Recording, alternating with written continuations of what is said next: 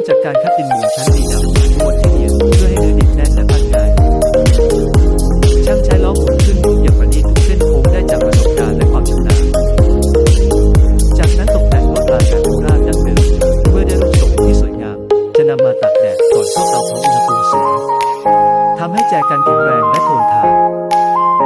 แจกันดินเผาปักธงชัยมากกว่าของแต่งบ้านแต่คือมรดกภูมิปัญญาที่ถ่ายทอดจากรุ่นสู่รุ่นของดีอำเภอเมืองนครราชสีมาที่เราภูมิใจนำเสนอ